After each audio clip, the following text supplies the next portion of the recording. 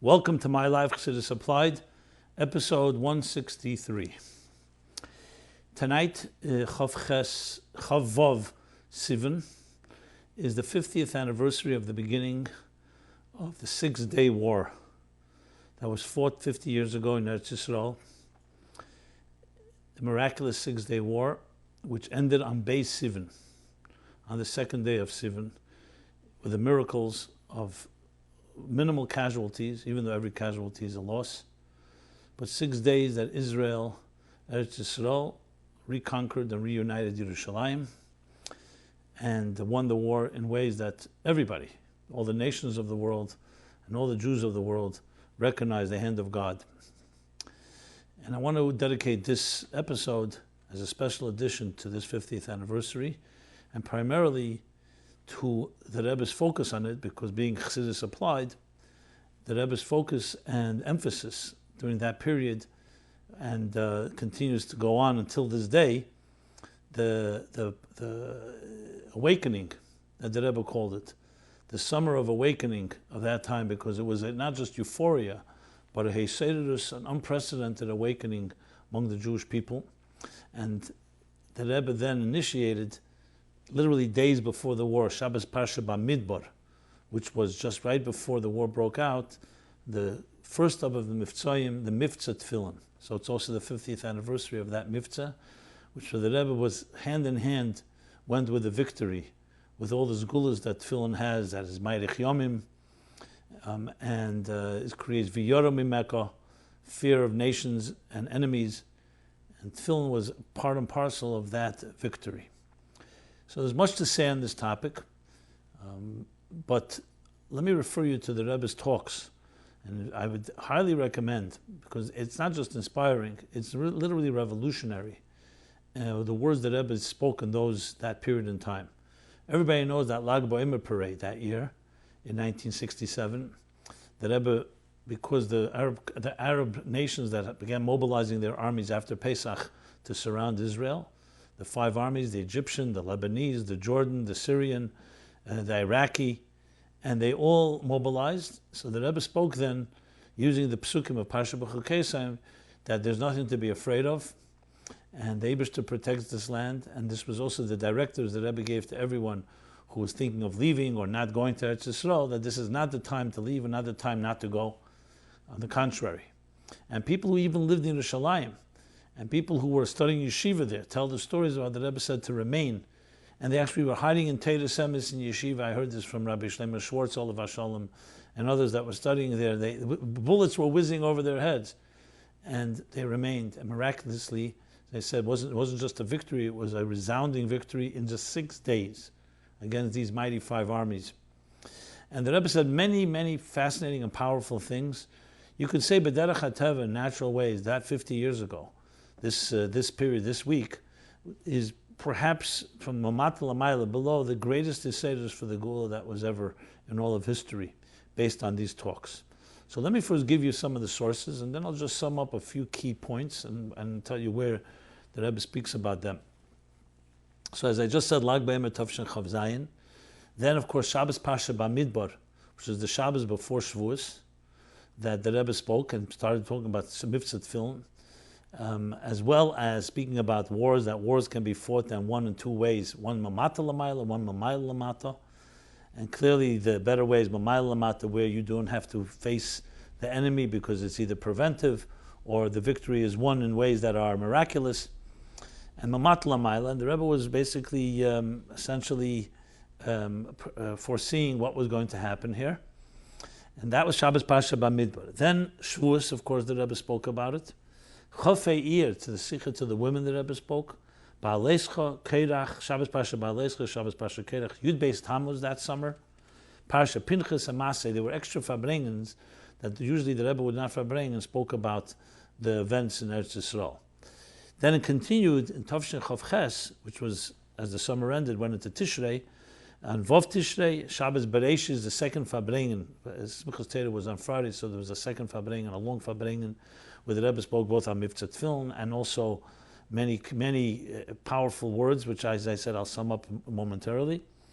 And as well as the coming Shabbosim of Shabbos Teldus, Vayishlach, Vayeshev. We spoke much about the Tainus and the people who had questions about Mivtza Tefillin, Yutes Kislev, and Chanukah.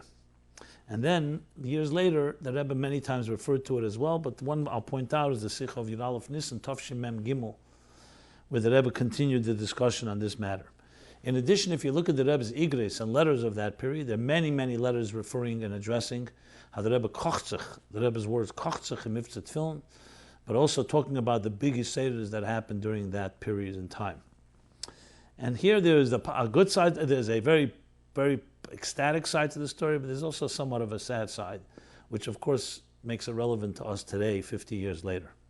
And that is the Rebbe's words that he used, and especially I'm referring to two main sichas, the Simchas Torah sicha, the second Shabbos Bereshis Fabringens, as well as Yutes Kislev. These are two, in my opinion, must read or must, Yutes Kislev you can hear on tape. Shabbos Bereshis is reading the sicha, it is mind-blowing. And I don't exaggerate when I say that. How the Rebbe speaks about the prophecy that he realized that the Frierdiker Rebbe already said in the Maimorim and Sefer Maimorim Midrash of the wars that would take place in World War I and World War II, and the sweeping way the Rebbe addresses the historical perspective that led to the Six-Day War. And the Rebbe says that in his opinion, this is the Tokka B'Shefer Godel, that after there was the awakening in very harsh ways during World War II, World War I, and then World War II, and even worse ways in World War II, which dramatically changed and shifted the entire world, and of course had tremendous impact on the Jewish people, comes the Tokka B'Shefer Godel, a far higher Yesodus, that is in a far more, not as a violent and bloody way, during the Six-Day War, the Tokka B'Shefer Godel, to awaken and to reach to the Nedochim Beretz Mitzrayim ve'Evdim Beretz Asher, those that are banished and lost, banished in the land of Mitzrayim and lost in the land of Asher, and the Rebbe referred to the different types of Goliaths. One that is an exile, a displacement that's connected to poverty and oppression, and another one that's connected to affluence and success and prosperity, which is our times. And then comes the final thing, and the Rebbe said, and that's in our hands. And the Nedochim Beretz Mitzrayim l'shtachvus al har kodesh. So the entire awakening is in order to bring the ishtachvus al har kodesh, that there should be the prostrating ourselves, I should say, and the bowing to the har kodesh, meaning serving Hashem. And the Mivtza Tefillin was directly linked into that, because that was a way of using this Yesodus of awakening, of getting every Jewish male to put on tefillin. Of course, the Zgulas that I mentioned before, the tefillin's connection to war and to times of fear and times of challenges. But obviously, tefillin itself is a mitzvah that brings in the shtachvis ahar kodesh. That is the gist of it. And the Rebbe said then, as I said, some amazing things, literally calling them prophecies that are being fulfilled. That Tishrei, that actually the Rebbe said 3 Maimorim, 3 times he said the Maimor Vahei Tokka B'Shefer Godel, just to drive the point home. In addition to other Maimorim that he said connected to the prophecies about Mashiach's times that the Rebbe saw was happening right then, unfolding. But then in Yutes Kislev, besides repeating the ideas that he spoke about Simchas Torah, Shabbos Bereshis, the Rebbe added, and the Yesodus happened. However, the second half is not being completely fulfilled. In other words, it was a moment, it was an awakening, a call from the Shefer, the great Shefer, that would be an awakening to awaken Jews to Torah mitzvahs and Yiddishkeit. And the Rebbe spoke then, the awakening was real, and the opportunity is still there. It didn't go away. But the Rebbe, you could see a certain sadness in that not being really realized and appreciating this heavenly call to all of us. I hear from people that summer, by Tisha B'Av, and that Rebbe usually did not show emotions, both by Kinus, when he said Kinus on Tisha B'Av, and he said the Haftarah on Tisha B'Av, the tears that came from the Rebbe's eyes were, again, unprecedented. One could only speculate, but you could think that perhaps some of those tears was the Rebbe looking at the unbelievable opportunity and what can be done about it. And perhaps seeing that, is it going to be fulfilled to the fullest? Though we think optimistically, but the challenge was that it's not so simple to maintain such an awakening. And that's why it's relevant to us today, because even though it's 50 years later, that awakening happened, the events happened. Yerushalayim is in the hands of the Jewish people. we have many, many brachas and blessings in the Holy Land. And the question is, are we rising to the occasion? So if we haven't, we still have the opportunity to do so. That's why it's so relevant to us. And what means rising to the occasion? Even on a very practical level, in the Rebbe's words, the etzeminya, the Eibush is giving the Eden a gift. The idea of feeling defensive and feeling that we have to give back that gift, which literally the mistakes began happening in 1967, you can begin to appreciate the Rebbe's war, you can say, his battle, in words, about Shleimus Haaretz, about protecting the land and holding on with Eibush Hashem's gift to us. Excuse me. You could see, appreciate was not just a matter of, obviously Pekuach Nefesh is the cornerstone of it, but it was also essentially appreciating what happened during the 6-day war and understanding the Yutaka B'Shefer Gadol that wasn't fully realized. And this is relevant today until the Geula comes, because the awakening happened and we haven't yet done the job completely. Can't say nothing was done. Millions of Jews started putting on tefillin as a result.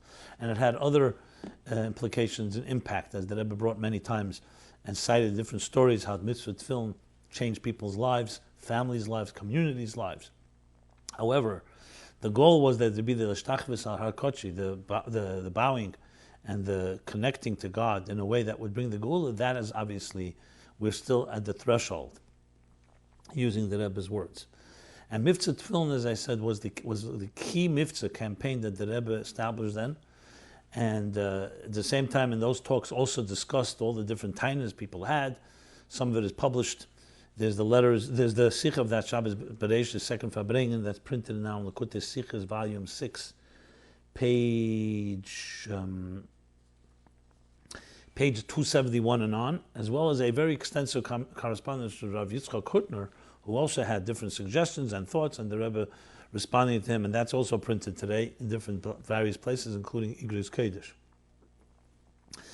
And I also want to refer to a letter of Erev Shabbos Parshas Veschanon, Tovshin Chavtes, printed in the same volume, Likutei Sichos, volume 6, page 277, 278, where the Rebbe maintains that Mivtza Tefillin is not just a one-time thing, but continues with a full intensity and even should grow further, as it did until it became part and parcel of people who visit the Kaisel today, and on and on. There are many documentation for this about the whole growth and development of Mivtza Tefillin. This is not the place to go into. I'm just trying to sum it up. But I want to add one more thing. Yud Beis Tammuz that year, Tovshin Chav Zayin. Another absolutely earth-shattering talk that the Rebbe gave, where he said, L'cheira, what's the big thing of celebrating the Nitzachon of Yud Beis Tammuz, the Frierdiker Rebbe's release from prison in 1927, which was 40 years before the 6-day war. That was Tovshin Chav Zayin, that was Tov Pei Zayin. We're now 50 years later, so we're 90th year from Yud Beis Tammuz and 50th year from 1967, the 6-day war. So the Rebbe says, what is the point of celebrating an individual, a Rebbe Take, and a movement's victory when there were so many other bigger victories and greater things happening in history? And the Rebbe said the following, that the Nitzachon, the Geula, the redemption of the Frierdiker Rebbe over the superpower of Russia, of the former Soviet Union, opened up Pasach HaSatziner, it opened up the channel that ultimately led, including to the miracles that happened in the 6-day war. And the Rebbe said, just to make it even more palatable, who was giving who the ammunition? Who was arming the Arab countries? It was that same Soviet Union. So it was weakened by the Frierdiker Rebbe's redemption, that clip of the Soviet Union, that opened up the door and helped pave the way for the miracles during the 6-day war. Pretty strong stuff, which shows you that this is a much bigger event than just a war and just the miracles, but really a watershed moment in history, where literally the Yitaka B'Shefer Gadol, the call of the great Shefer, an opportunity to bring the Geula. And as I said, these opportunities don't go away. It would have been obviously prevented a lot of aggravation and a lot of all the things that transpired in the last 50 years had we risen to the occasion. But that doesn't mean we don't have that opportunity now, which is why I wanted to focus on this and place as much emphasis as I can. And I give you the sources, read them. They are, besides inspiring, as I said, extremely informative, give you a perspective, a global and a very broad perspective on the entire unfolding of events, including World War I and World War II. And the Rebbe edited actually parts of the Sikh of that Shabbos Bereshis second Farbrengen, and those edits may be available. However, as I said, in some, we're talking about historical moments that are in all of history, place things into context in the stages that lead to the Geula Amitis Vashlema, the Yitaka B'Shefer Gadol. So it's quite significant for us to honor that, being that this is the week of the 6-day war that ended, as I said, 6 days after tomorrow, and in a miraculous fashion, with all the blessings and all the gifts that this presented to us. So Chassidus Applied, well, the Chassidus Applied here is, as I just stated, this isn't just a war, it wasn't just a war and as a victory and a reunification of Yerushalayim and all the other great things that happened, but it's actually, as I said, a historical moment in the process of the Geula, which of course is the whole point of Gili Chassidus and the Frierdiker Rebbe plus all the other Rabbeim. The Gili Chassidus is a taste, an appetizer of what it would be like when Mashiach comes. And when you have the lens to look through, the Chassidish lens that we look through, the Rebbe's eyes, at these events, it takes on a whole different application of what Chassidus is and what these events are, all in this process, the stepping stones leading us to the better world, which is called the Messianic Age, the world of Geula. What it means to us personally is, we read these sikhs, is that, number one, to see this as I said, is that we need to relive and recreate, and most importantly, bring it into action.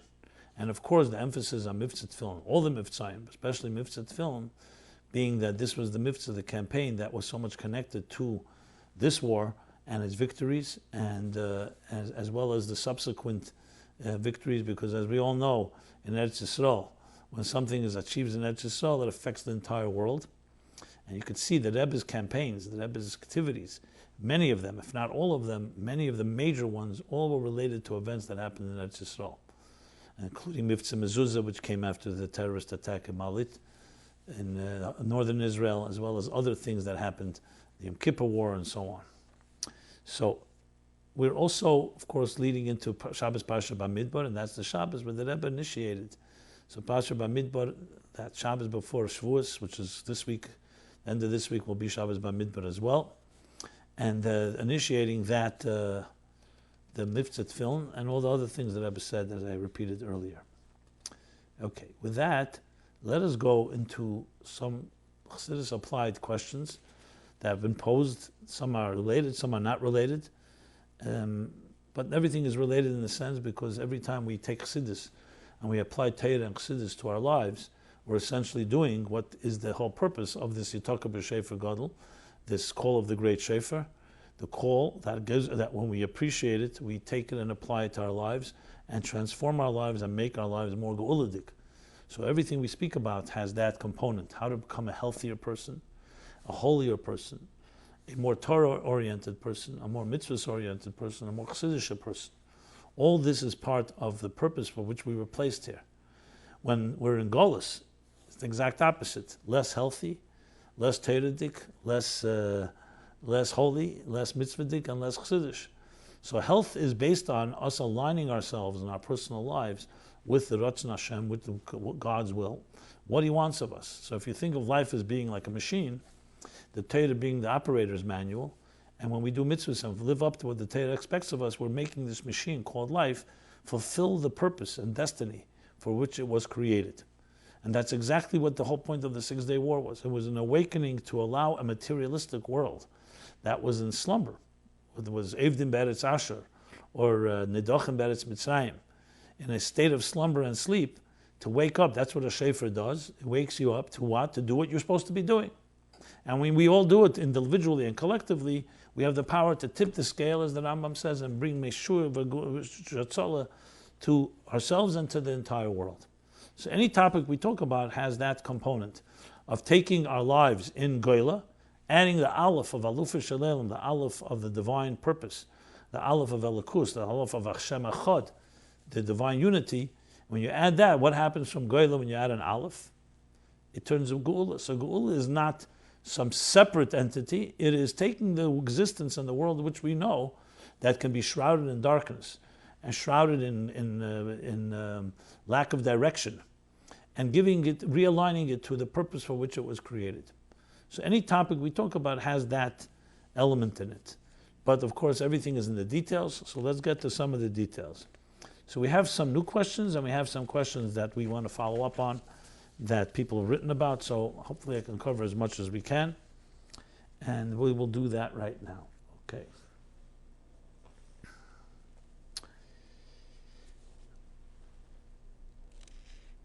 Should school be hated and feel like prison? My son feels that way. What can I do about it? My son is complaining that school is a jail. He holds up his hand for too long just to get permission to go to the bathroom, etc. How can I solve this so that he enjoys and looks forward to school? In my youth, too, there was this hatred towards school. Why is this so? Shouldn't children be excited to learn Torah? Yeah. Well, I guess since time immemorial, children and school were always somewhat of a tense relationship, a tenuous relationship. And sometimes for good reasons, sometimes for not such good reasons. When I say good reasons is, in the sense where school is a place of discipline, it's supposed to be a place of discipline and guidance and direction. And when you want to do whatever you want, obviously school gets in your way. But for not good reasons is schools that do not inspire and do not excite and don't create that type of sense of fulfillment. So obviously, in a school like that, children will not necessarily enjoy going to school. When you throw in some of the sad events of abuse and other things that schools unfortunately have been caught up doing, and I don't mean necessarily a school, but people in the schools, so that doesn't add to the feeling that you're really going to a place of emancipation or freedom. Of course, this is a tragedy. It's a tragedy in any place in the world, especially in our Torah world. Because exactly that, Torah is chayenu ve'erech yameinu. Torah is our life and our sustenance. So imagine someone saying, I'm going to enjoy my life and sustenance, but it's breathing oxygen feels like being in prison. That would be quite a tragic thing. It's your life and sustenance, that should be feeling like a prison. Obviously, there's a spiritual life and sustenance. So for a yeshiva, whether it's a boys' school or a girls' school, it's not just that we should be teaching our children. It's obviously very clear that we should make them feel that this is the most important thing in their lives. So I'm not here to defend or in any way to criticize, for that matter, schools. Every school has to do what it has to do. But since the question is being asked, let me broaden it into the discussion that we all can agree that every school is meant to bring the most type of relevant, exciting, and indispensable tools that children shall want to run to school, shall want to run to their class. That has to be the expectation. So why is it not that way? As I said, this is not the place to analyze it. The question is, what can we do to make it happen? So let's start on a very basic level. The first thing is, that's exactly what we need to do. We need to take Torah and mitzvahs and show our children that this is something really valuable. Just like they find value in playing games, or they find value in eating and drinking things that they like. Torah has to be, this is the responsibility of parents and later educators to infuse this in our children. When the Rebbe would quote so often the mothers and grandmothers that sang to their children, Rozhinkes and mandlan, raisins and almonds are very sweet, but the sweetest thing and the most precious thing is the Torah. This wasn't just words and songs, it was infusing in our children a love for Yiddishkeit, a love for Hashem, a love for Shabbos, a love for mitzvahs, from the youngest of age. So the first responsibility lies in parents, because the parents control that from the moment the child is born. And even before that, as the Rebbe speaks in many talks about even pregnant women being exposed to the right things in Kedusha, because the child is then learning and being taught the entire Torah, and the environment the mother is in affects the child. And this has been substantiated even in medicine today. Especially when the child is born. You're surrounded with Asius of Aleph Bey's holy words. The story with Elisha with the story where with Asher Yaladate, where they said about the Tana, what makes him so special? So he said Asher Yaladate because how precious is the one that gave birth to him. As the Mishnah says in Pirkei Avos. Why? Because his mother would take him to the Beis Medrash in Avigala, in a bassinet, to hear Divrei Torah. which is one of the bases why the Rebbe said going to Shavuos, that little children, the Rebbe established in Tavshim Mem, that little children, even newborns, should be brought to Shul to hear the Aseres HaDibros. This is the responsibility of all of us to infuse in our children a love, not just a commitment, not just an obligation, a love for Yiddishkeit. Schools, when they start going to school, that's the mission of the school, to do exactly that. You can teach a child the entire Torah, and they could be extremely knowledgeable in all the technical Gemaras and Halachas and Mishnayos and Chumash and Mefarshim and everything. But if they don't have a love for Torah mitzvahs, you could say the school has not been successful. Because it's not just teaching information. We're teaching people to have a relationship with Hashem. When the Eden left Mitzrayim, this period in time, and they were marching towards Har Sinai, and they said to the Hashem, you took us out of Mitzrayim, now give us your mitzvahs. What did Hashem say? Not yet. First kablu malchusei, then achar kach kablu gzereisei. First accept me, my sovereignty.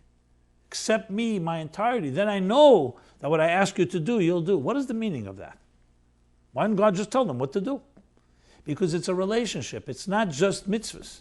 It's not just a servant serving a master. There's that element too.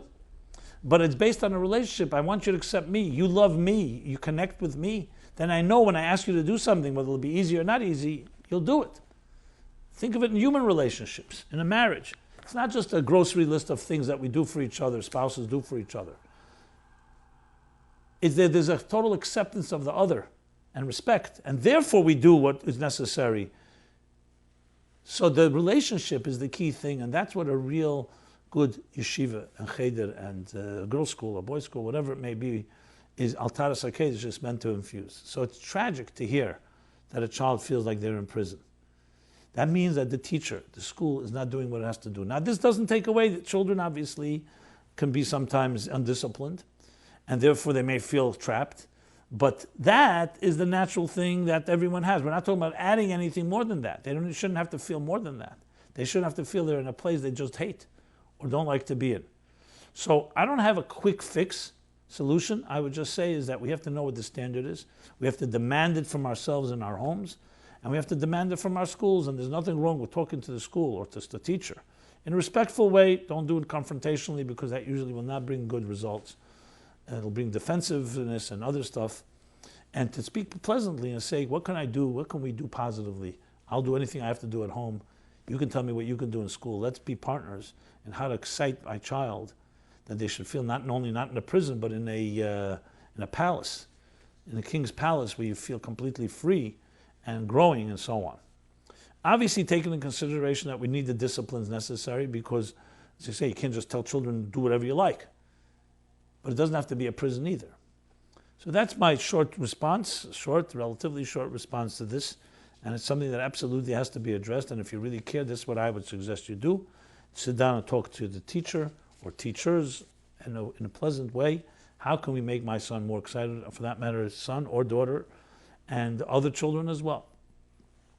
I don't think any teacher who's being paid for the job and who enjoys what they're doing doesn't want to make their class successful. They want the children to go away and feel that they had a productive year, that they feel good about themselves, they feel confident, and feel they've grown through the year.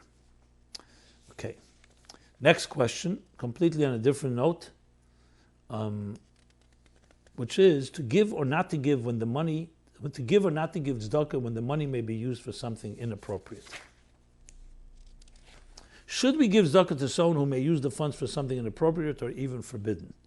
Should it be our concern what the money is used for, or should we just give because someone is asking? When is it, if at all, better not to give?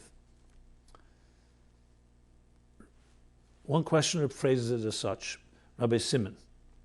Trying to understand tzedakah, do you give a person that is using the funds for a project that is an absolute isser? Or is it not my business and I'm supposed to give? Assuming that no, what if the project is not 100% usser, meaning not 100% prohibited, but there's a slight chance it may not be usser, that it may be usser, is it still a mitzvah to give? Is the mitzvah a complete chayvus gavra, which means responsibility on the person, and has nothing to do with the chefza of the mitzvah? It has nothing to do with what you mean, probably not the chefza of the mitzvah, the chefza of what the tzedakah is being used for. If one realizes that this person asking for tzedakah does not need the tzedakah, but needs guidance, how does that fall into the picture? Yes, I know all the above comes from the Nefesh Habamis. Is there still something here to be learned? Meaning that this can be coming just excuses not to give, but is there still something here to be learned? It's a very interesting question. It has halachic implications, but it also has hashkafa implications, which means philosophical implications. And obviously, using Chassidus Applied, Chassidus is behaving in a Chassidic way, kindness and love. Sometimes l'fnim Chodesh adin, or maybe always l'fnim Chodesh adin, beyond the letter of the law. So I thought it's appropriate to talk about. If it's something that needs halachic discussion, then I would refer you to a Rav, give them exact details, which we're not in a place, I'm not in a position to do that here. Then exact details, and ask the Rav what you should do in a particular circumstance where this may be a question of Isur. But as far from a hashkafidik and somewhat halachic perspective, let me say the following. There's a Gemara. In Gemara Baba Kama, the daf is Baba Kama Tez Zayin Beis, 16b.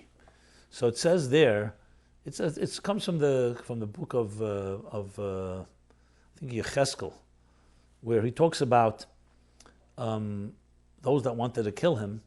So he asked the Eibishter to punish them, and he says, and even if they're charitable, he says, do not give them schar for their charity.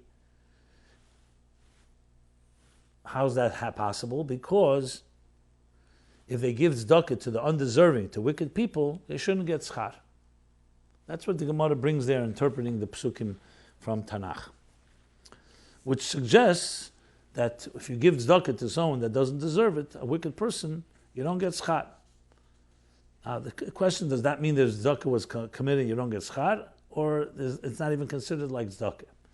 So the Nemuka Yesod there says, and qualifies, and says, this is only a case when you know for sure that the person you're giving to is wicked and will be using the money for bad purposes.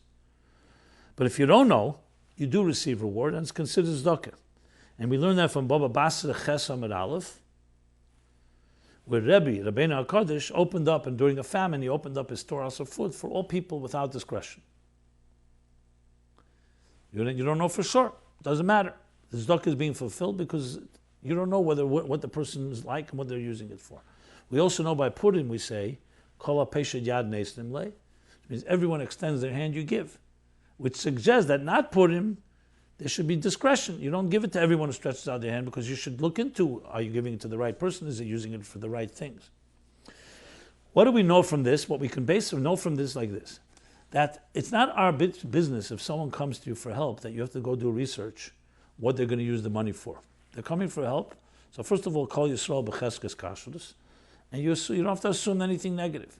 If, however, you know for sure that's something for the negative, then it's a big question whether you should give it to them. If you know they're going to take the money and use it for something that is mamish forbidden, they use it for things that are hipachatera, for drugs, for destructive things, it's a good question whether you should be giving it to them.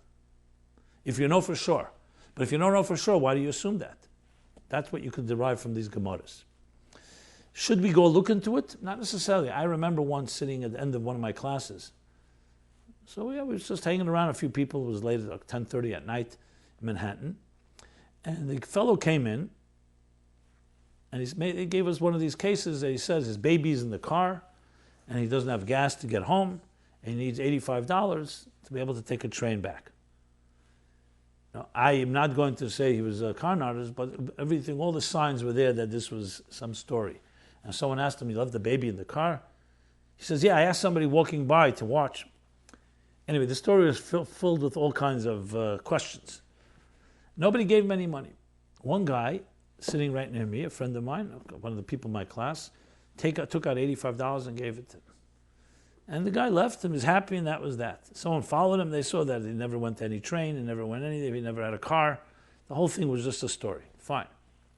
So I asked this fellow, I said, well, didn't you question whether perhaps the whole thing has no basis?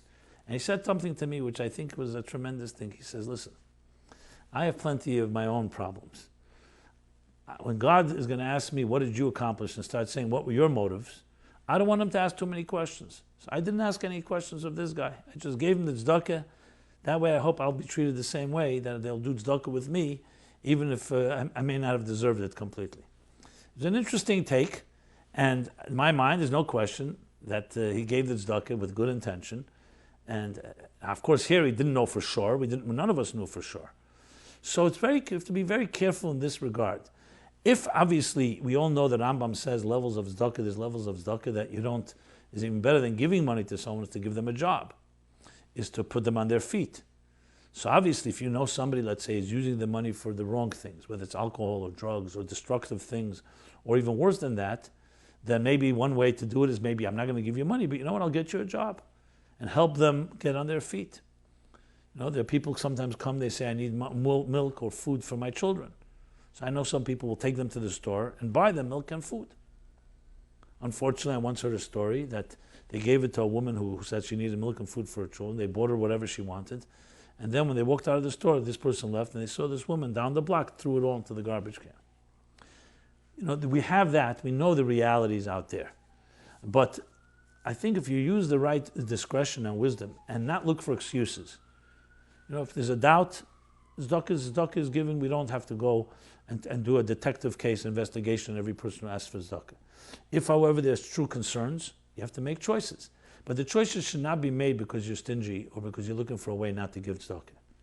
If you want to err on the side of l'chumra, to give even though there may be a doubt. Because the bottom line is, you may be saving a life. We all know the stories of someone who asked too many questions or delayed a moment and somebody died as a result because they didn't have any food to eat. So it's always wiser to give. This famous story with the Tzemach Tzedek, he was rushing once to the minyan in Shachris, and usually would give tzedakah right before. I need betzedek echza panecha, that through tzedek, through tzedakah, the Gemara in Bava Basra says we are able to see and gaze at God's face, panecha. So tzedakah is one of the reasons we give tzedakah before davening. So the Tzemach Tzedek was once rushing and he couldn't give because he was rushing to the minyan, and he sensed while he was davening that he was not having a gili of experiencing the Alter Rebbe that he would usually be able to somewhat connect with. So he went back searching for the pauper before he realized that because he lacked the tzedakah, he was not able to give. Now, had he started making investigations, does the person really need it? Does the person really deserve it? So on. All this would obviously be moot, the whole story. So clearly, tzedakah is not something that we have to sit around and agonize over and question and so on. The Rebbe once said, from Sfarim, it says, why don't we make a bracha on every mitzvah? Why don't we make a bracha on tzedakah? Because if you make a bracha on tzedakah, then before the bracha, you'll decide you have to do it with kavanah. And to do it with kavanah, you have to first go to the mikveh. To go to the mikveh, you need other kavanas. By the time you go through all these pre-introductions, the person that needs tzedakah will not get what they need. So tzedakah doesn't have any achonis and akdamas. That's to be the attitude. If there is a case, a situation, exception where there are questions, or not just questions, for sure, then what I said earlier applies. That's the way I would approach this discussion. Okay. Next question. The next question is a very painful one, but as we know, part of life is dealing with the painful situations. How do we protect the innocent from false allegations of a vindictive spouse? Yeah. Okay. While domestic abuse is a serious issue, how do we protect the innocent from false allegations of a vindictive spouse? Dear Rabbi Jacobson, I recently heard that the Rebbe had a very specific fact-checking protocol in divorce cases with allegations of abuse. Is this true? If yes, can you please share what they were? Second questioner, which came in just today. Reb Simon, the topic for tonight's class is sadly very important. My father-in-law continues to bend over backwards to make his marriage work with his very troubled wife. She suffers from high-functioning borderline, which causes her to come across to others outside the home as normal and sane. In reality, she is deeply troubled, wounded from years and years of abuse she grew up with. Since she refuses to seek treatment for a premarital trauma, she now externalizes all her anger and unresolved rage at her poor husband and children, including her latest form of abuse. She's separated and is going around telling people that he is an abuser and monster and she is the victim. This form of smear campaign by her against him is more insidious than her past abuse of him, which was limited to their own Dalet Amis at home.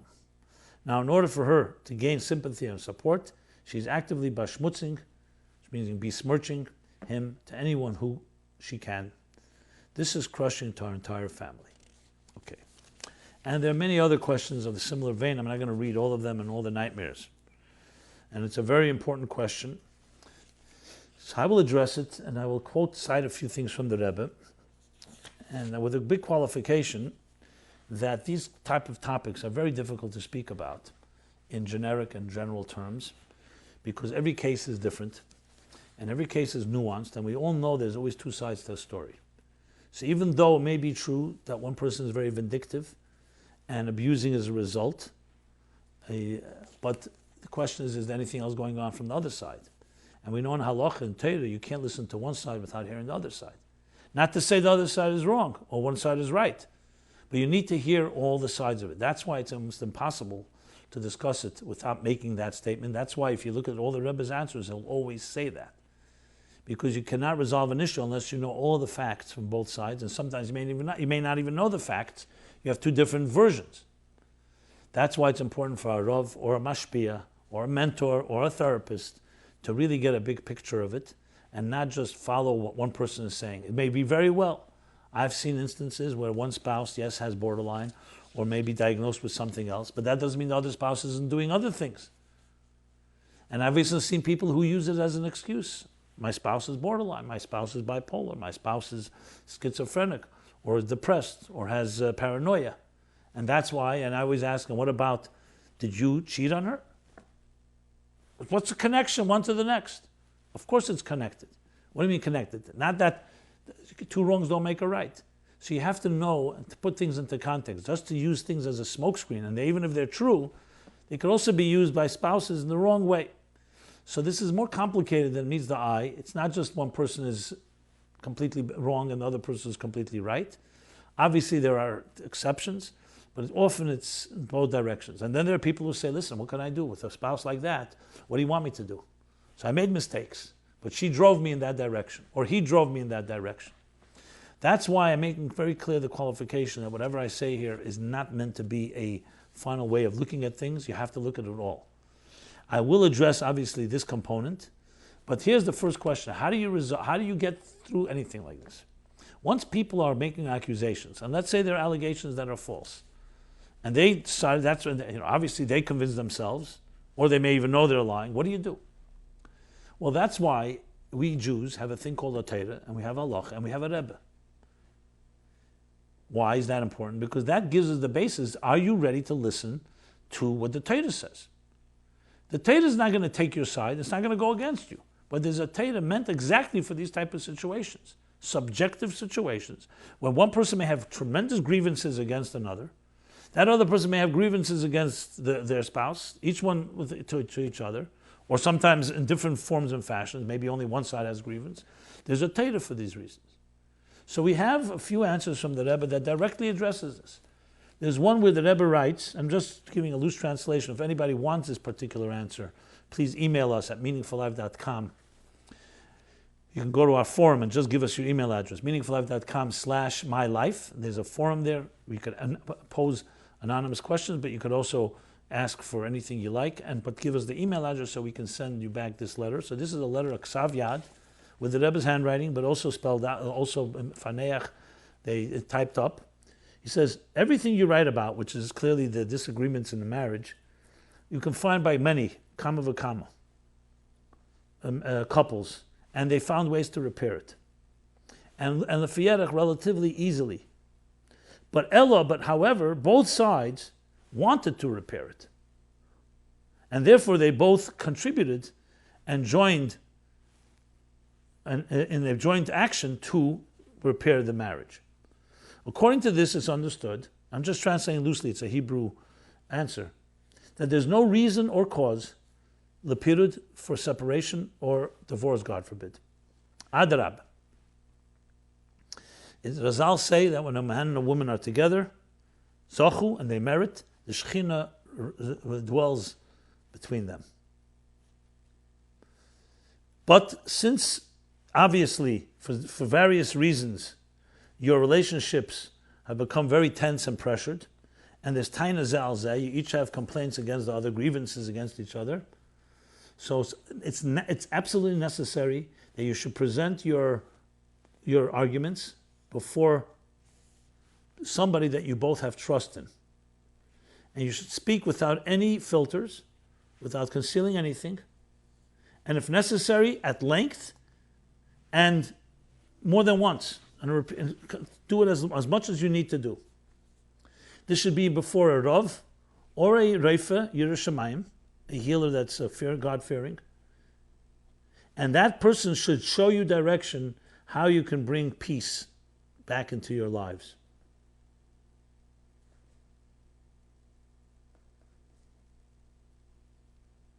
If it takes too much time to find the right intermediator that has the above-mentioned qualities,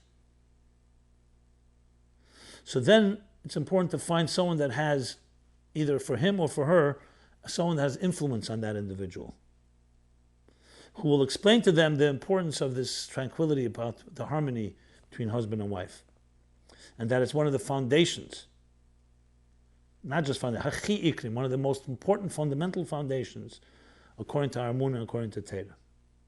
And that's why both she and he should do everything, the Rebbe underlines everything, to Lahashis Laharbesh Hashalom B'neim, that there should be the dwelling, and increase of peace between them, and together to find eitzes, solutions to repair the things that they are the conflicts between them. I think I may have read this answer once, but it's a very clear directive.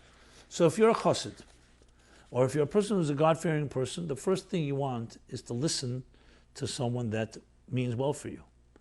If someone is so blinded and they can't listen to anyone, then you have to talk to, if a spouse is simply inflexible and will not listen even to a directive of the Rebbe, then you have to find your mashpia and ask, what do you do then? But you see here, the Rebbe has the confidence that people will listen. So you have to find someone that both of you trust. There's no real way around this. To say and condemn someone who's being vindictive, who's spreading false allegations, that's obvious. You don't need me to say that. Everybody understands doing that is absolutely destructive to everybody. But the question is, what is the solution? Not just to protest to say there's a problem. So you can just blame somebody. The question is what to do. And here's a directive from the Rebbe. There are also more directives like this. I just shared one, and perhaps we'll continue this discussion in the next coming weeks, even though I have talked about this topic in the past, but it's always worthwhile speaking, especially when questions come in, because clearly the problem still exists, unfortunately, more often than we would like. So I just wanted to share that, and as I said, if anyone wants to follow up with any more details, feel free to do so. Now, let's move on to some follow-up to previous weeks, which so I'll go and let's do with this in order. Let's start with the Applying Chassidus Question. Last week, the question was asked from a letter of the Frierdiker Rebbe, bemoaning those that take Chassidus and explain it instead of just repeating what the Rabbeim said, with the excuse that they're explaining it and so on. And true, they're just compromising the purity of the Chassidus. So I explained how the question was, how does that consistent with what this whole Applied Chassidus program is about. So in addition to what I explained, someone wrote something which I should have guessed, I should have actually said it myself, but I appreciate. Dear Rabbi Jacobson, regarding the question if Chassidus Applied dims the light of Chassidus, the Tanya in the Hagdomas HaMalakot, the introduction, writes that Chassidus applies what Chassidus applies illuminates. Umisha daitik tzara, the Alter Rebbe writes, and someone whose mind, daitik tzara, how do we translate that? Someone who's learning Tanya and they cannot find the answers. Lahavin dvar eitzim etech kuntresim elu. Someone whose mind is not capable of finding an answer, because he says in Tanya that there's the answers, the eitzis, advice for all issues. They should yefarish sichos, they should go and spell it out to the Gdelim Shebirei, to the leaders of the city, of his city, and they should teach him and explain to him and give him the right eitzah. And they will have great schar. It says there they should not deprive that person through shifla shel sheker, which is misplaced humility, and through that they'll have schals. The Maimon Razal al Pimeir Einish Name Havaya, that God will illuminate both the eyes, both the person who's asking the question and the person who's giving the answer. So based on this, it's very clear. Frierdiker Rebbe in no way is contradicting what it says in Tanya. He was saying, as I discussed last week, someone was trying to replace Chassidus. Instead of saying Chassidus, they're giving their explanations. And he says there, we see from the results that it's not the way to go. But someone that takes Chassidus and tries to explain in a way that we can take out eitzes, that's exactly what the Alter Rebbe asked us to do. So thank you very much for that. It's a very good, important point. Next follow-up. Next follow-up was 2 weeks ago. We spoke about, actually not 2 weeks ago, last week as well, Rashbi. So I read a question and to someone who asked about the Rashbi. And here's the question. Dear Rabbi Jacobson, I sent in the question that provoked your rebuke about the tone of the question. This was someone who was asking how the Rashbi could behave in such a way that he could actually not be kind to other Jews. And I discussed it at length. And I took much issue with the way the tone of the question was, being somewhat disrespectful in language to Rashbi. So this person is saying, I wrote that question that provoked rebuke about this tone of the question. I accept your rebuke and say it was couched that way to maximize the likelihood of a response. Very nice. So in other words, by provoking me, you think that's why I may make more response. I can assure you and I can assure everyone here that a question is a question. I respect everyone's question. I will read a question whether you provoke me or not. You don't have to be disrespectful to anyone to get the question answered. So I understand what you're saying, and I hope you're being sincere with that, but it's not the way to go. You don't need to do that. Maybe you're used to people not ignoring you, so you feel you have to say something a little shake people up. But that's not the case with MyLife Chassidus Applied. Here we address issues. I think you can know 163 episodes very directly, maybe sometimes too directly, even controversial questions. I'm just commenting. I'll continue reading where this person wrote. So I accept your rebuke and say it was couched that way to maximize the likelihood of a response.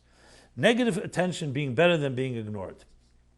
If you're still willing to hear from me, I would like to follow up on 2 points. So I am willing to hear, and I will read what you write.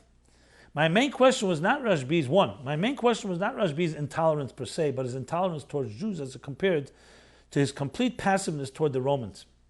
What kind of hero burns up Jews because he cannot tolerate their shtus, but meekly retreats to a cave in the face of the shtus perpetrated by the Romans?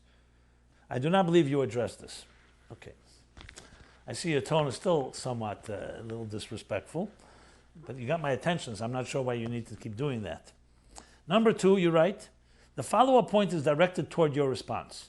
You played the tzaddik card on me.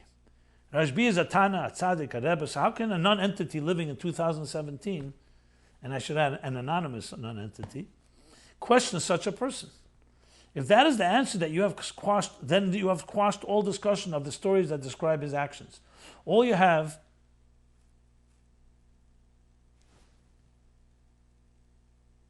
I can't read the next words, all you have reshus to do, permission to do, is kvel over how great he is.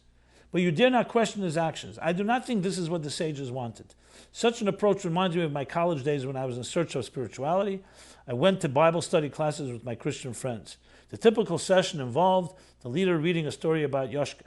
Then the participants were invited to share their comments and impressions. Sometimes I heard a story that I felt showed him acting in an unworthy manner, and I said so. You can imagine the reaction. How can you poor sinner, understand the actions of the son of blank? This was one of the main reasons I stopped going to the study session. P.S. Love your program. I always get something out of it, or else I wouldn't continue to listen in. Okay. I appreciate that. So let me respond to you. First of all, let's respond with question 2. I did not pull the tzaddik card.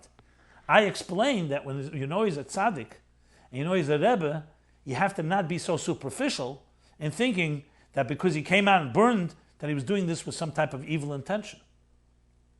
It was Hashem that told him to go back into the cave. And the Torah doesn't mince words that he did something wrong.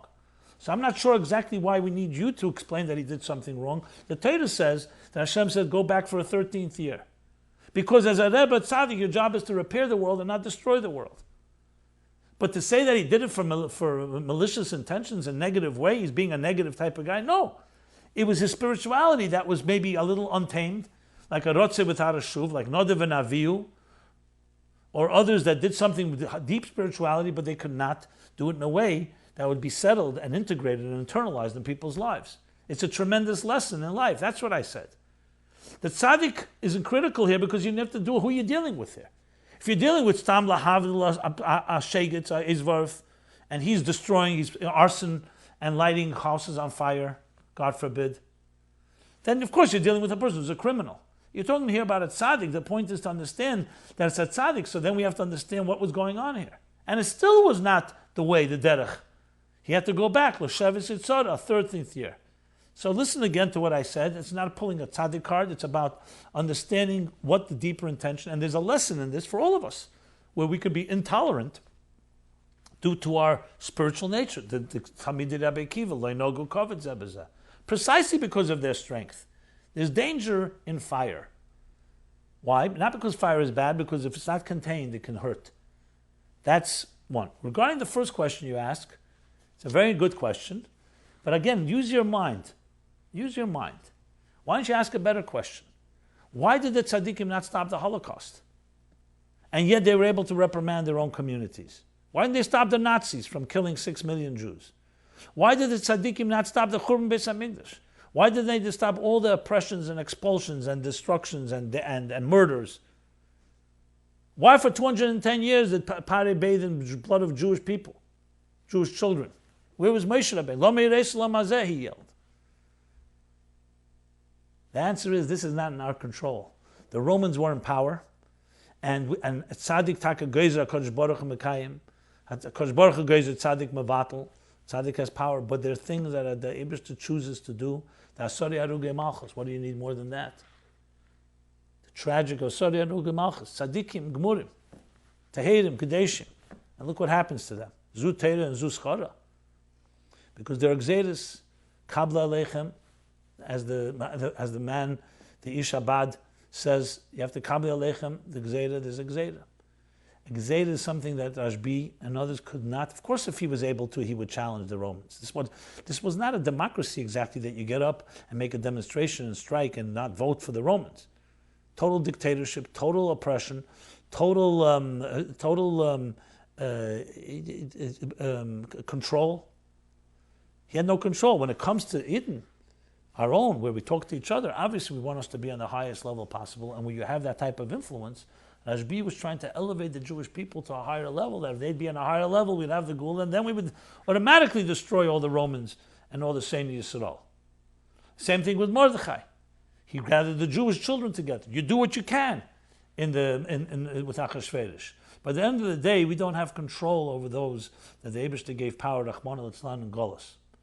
And I would be surprised that you didn't understand this yourself. So it's a good question, but the answer lies in, of course, the mysteries of Golos itself. And still, as much as we are oppressed we were oppressed in history, we still have to do our part within ourselves. You're not going to say, don't educate your children. You know why? Why don't you go talk to the Romans first? Go talk to the evil people first. Obviously, you can't compare good Jews who may not be perfect to people who are mamish tzedei Yisrael, criminals, murderers, and the Yimach Shemam v'Zichrom, as we say upon them. But that still doesn't mean that we don't do our part in refining ourselves and our community and families. So that deals with the second question with Rashbi. Let's see what else I can cover here. Clock ticks. The clock ticks. So let me deal with one more thing with we'll deal with school strike.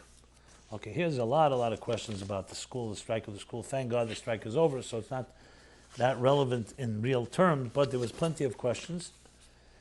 One person wrote, Dear Simon, I'm a little surprised. First of all, Yeshakayach for being such a mizake es harabim with your weekly fabrengen. What came to mind when I watched your comments about the strike was Chachamim hizharu bidverechem. Chachamim should be careful with their words. One, you said that when asked if to strike or not, the Rebbe sent people to Rabbanim. Do you know what the Rabbanim paskin then? How do you know what Rabbanim would paskin under the circumstances now? Two, you talk about the lav of leisolin, which means not to withhold wages overnight from a worker. As far as I know, that is true only if the employer has the money and withholds payment. Was that the case here? 3, you talk about the obligation to share with the public what has caused the strike. Is that so? Even if it implies lashon hara about a yochid? In my humble opinion, it's enough that a student should be like his teacher. If the Rebbe answered, go ask a Rav, why couldn't you do exactly the same? You could have simply and elegantly said, this is not a question I am qualified to answer, especially since I have not been privy to all the relevant facts. Please enlighten me. I did respond to this individual. I'll read to you my response. And I don't think I wrote back, I said anything that was controversial or out of the ordinary. I basically, 1, validated the pain disappointment of the mothers and students, stating that they deserve only the best from their Moshe Chinuch, including accountability, etc. 2, suggested that the Rebbe would most likely not support a strike, but rather 3, insist that the problem be resolved immediately. As 4, the Rebbe advised back then to go to Rabbanim. 5, Leisalin is the issue on everybody's minds or lips. Whether they know the exact halachas or not, we all agree that it is unconscionable that teachers not be paid for months on end. As far as money goes, we also know that others were being paid at the same time handsome salaries. If no one was paid, that's one thing, also quite disturbing. That was not the case. Above all, the objective of MyLife is to try to answer people's personal questions based on Chassidus, the Rebbe, not to rule or pass judgment on anyone. A sincere question, and actually quite a few were submitted, which I know is on many people's minds, and I replied hopefully without prejudice or bias to the question. Also bear in mind that I'm looking at this from a distance and you're looking at it close up, or even more immersed in the entire Pasha, which gives you a very acute and magnified perspective on every detail. As such, I appreciate your sensitivity to every nuance, but know that most people are not vaguely aware of what went down, and simply want to be reassured that our Moses will serve our children well. And with your permission, I would read your comments on this on the next program. I go on to explain because this person was involved, and more than involved, giving him credit for all the work he did. And I conclude that, though I totally agree that no name should be mentioned, but I believe that is for your and the board's benefit, and definitely the benefit of the school and its students and parents, that people should know that the problem was due not to everyone involved, as some are trying to suggest or whitewash themselves, that the board and all those who are repairing the situation were not part of the problem, but part of the solution. The best way to do this is through accountability and transparency, which will create and regain the trust needed to make the Yesod flourish and blossom, saying like the will of the Rebbe. I will continue this topic because of time in the next episode. There's more back and forth, and maybe interesting to some, maybe not to others. We try to cover different things. And there was a lot of comments that came in from the sites as well about this topic. So we will do more follow-up in the coming weeks. Let me go to the Chassidus question, and then we will conclude with the essays, as is Minig Yisrael, the custom on this program. The Chassidus question continues where we did the last few weeks, since we are continuing the counting of Sfiras Eimer. As we enter the 6th week of Sfiras Eimer, where we refine the midah of Yesod, can you explain how exactly to apply Yesod to our lives?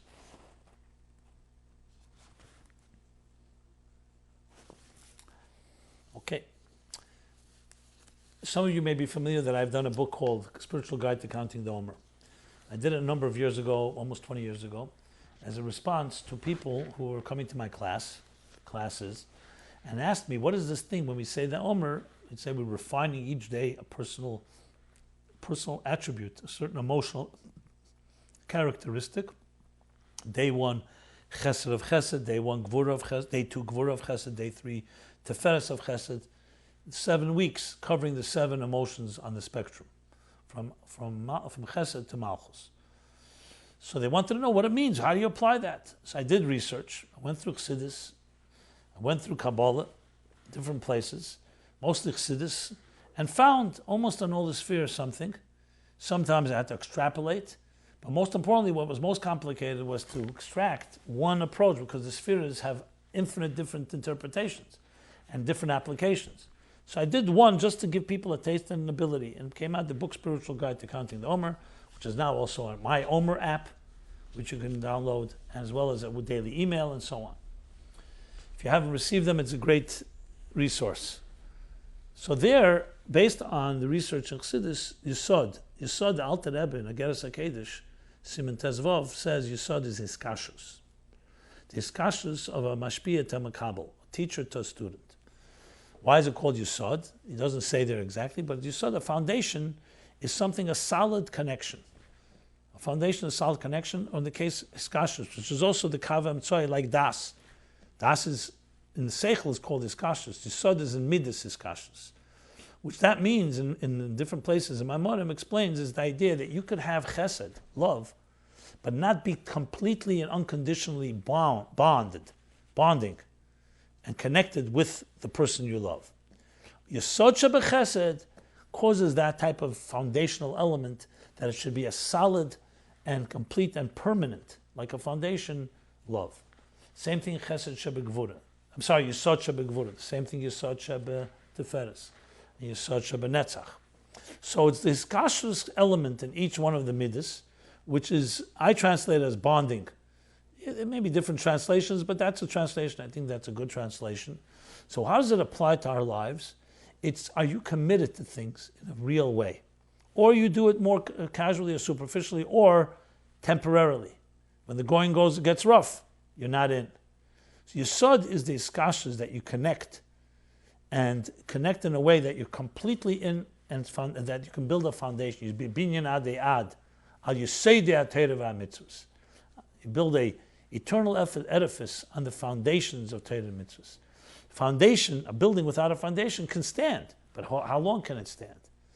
So you could have chesed, gvura, teferes, netzach, chod, malchus, but if you don't have Yesod, you don't have the foundational element. So it's looking at the foundational elements in our connections, in our commitments, our emotional spectrum. So the week of Yesod is focused on the element of bonding, of foundation. In each one of ours, and each day of the week is the Yesod of that particular emotion, Yesod of Chesed, Yesod of Gvura, all the way through Yesod of Malchus. If you want more, you can look it up online in our website, meaningfullife.com, or in the book, or in the app, or in the emails, as I just mentioned. With that, let's move now to the 3 essays. In the latest essay contest, which concluded before Pesach, Yud Aleph Nisan time. Again, very solid essays. These are from the top 20, top 30 essays. And here's essay number 1 is a Hebrew essay, again about addiction. Last week I read an excellent one. Another one about addiction. By Yisrael Yitzchaki, 27 years old, Kfar Chabad, Israel. And very different way than the other essay, but also very fundamental, in my opinion. Presents 2 case studies of 2 individuals and how their lives changed and how it impacted. One impacted the spouse, and how one impacted his work and became addicted to video games and other things. And the question is, well, how do you address these different types of so-called addictions that affect other people's lives? And uses Chassidus to understand the causes for it, the ways to free yourself from it, and how to take the tremendous energy that's trapped in an addiction, because there's a lot of energy there, and harness it for something positive. And he goes through an analysis how it works, both ben adam la'atzmei, a person to himself, ben adam l'sviv, a person socially with others, and ben adam l'elakim, between a person and God. And discusses in the context of chemer and surah. Chemer being connected to material things, surah being connected to more ethereal or transcendental or sublime things. And how that balance is critical in conquering an addiction. And not just conquer it in a way where you control the symptoms, but to actually impact it from the root and transform it into something positive. And he goes on to explain real practical applications. Obviously, it's a complicated thing, addiction, but there's a tremendous insights here using real Chassidus to apply in how we can actually help a person deal with an addicted situation and all the challenges that surround it. This essay, like all the other essays can be seen as they're posted, the new essays, on meaningfullife.com/MyLife/ or right there you'll see essays or /essays-2017. And you can find this essay, or if you subscribe to our weekly emails, you can also receive the new essays as they're posted. The next essay is called The Olympic Theory by Schneur Zalman Ives, 26 years old, Brooklyn, New York. And he says, many misconceptions plague the concept of redemption and the personality who will usher it in. Possibly the most widespread and fundamental misconception is the view that the purpose of redemption is to extradite the Jewish people from a difficult situation, be the said difficulty physical or spiritual. The truth is, however, that redemption is not so much the extradition from a current unfortunate situation as it is an upgrade to the ideal situation, irrelevant of the current one. At first glance, the difference between these two definitions may seem arbitrary. The objective of this essay is to attempt to lay out the colossal difference that exists between the two approaches and detail the immense impact that following the latter approach can and will affect the personal life of anyone who implements it. Essentially taking Geula and applying it, applied Geula if you wish, and explains it in a way that it's not just about getting rid of problems, but heightening and raising the potential capacity that each one of us is capable of doing in a very, I would say it's pretty palatable and very practical. Another very good essay, and describes it how it especially applies to our times now in our modern times. That's essay 2. And the third essay is Adjusting to Distressing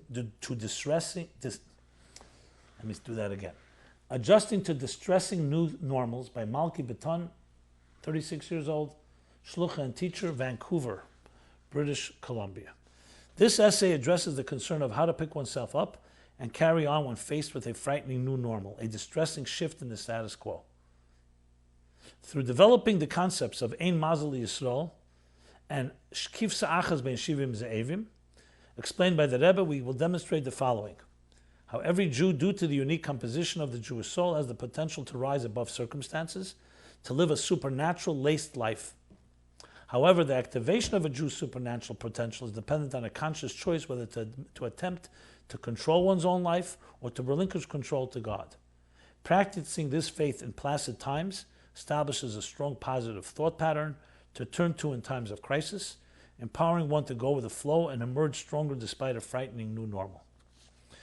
It continues to do it very well done, exactly what the promise is in the beginning of the essay, in explaining the so-called the supernatural gene and how to access it in our lives and activating it. So this essay, well done, I commend you for that, with practical steps at the end, how to identify an area in your life where you're feeling overwhelmed by circumstance, compose a positive thought pattern, focused on letting God take control and unleashing your supernatural potential, decide on a human skill-driven step to initiate, 2, a spiritual faith-driven step to initiate.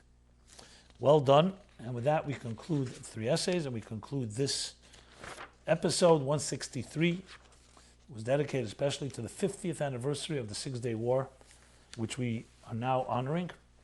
And above all, the focus of the Rebbe, the Chassidus Applied focus of the tremendous events and an awakening that took place and what we need to do to react in response to that.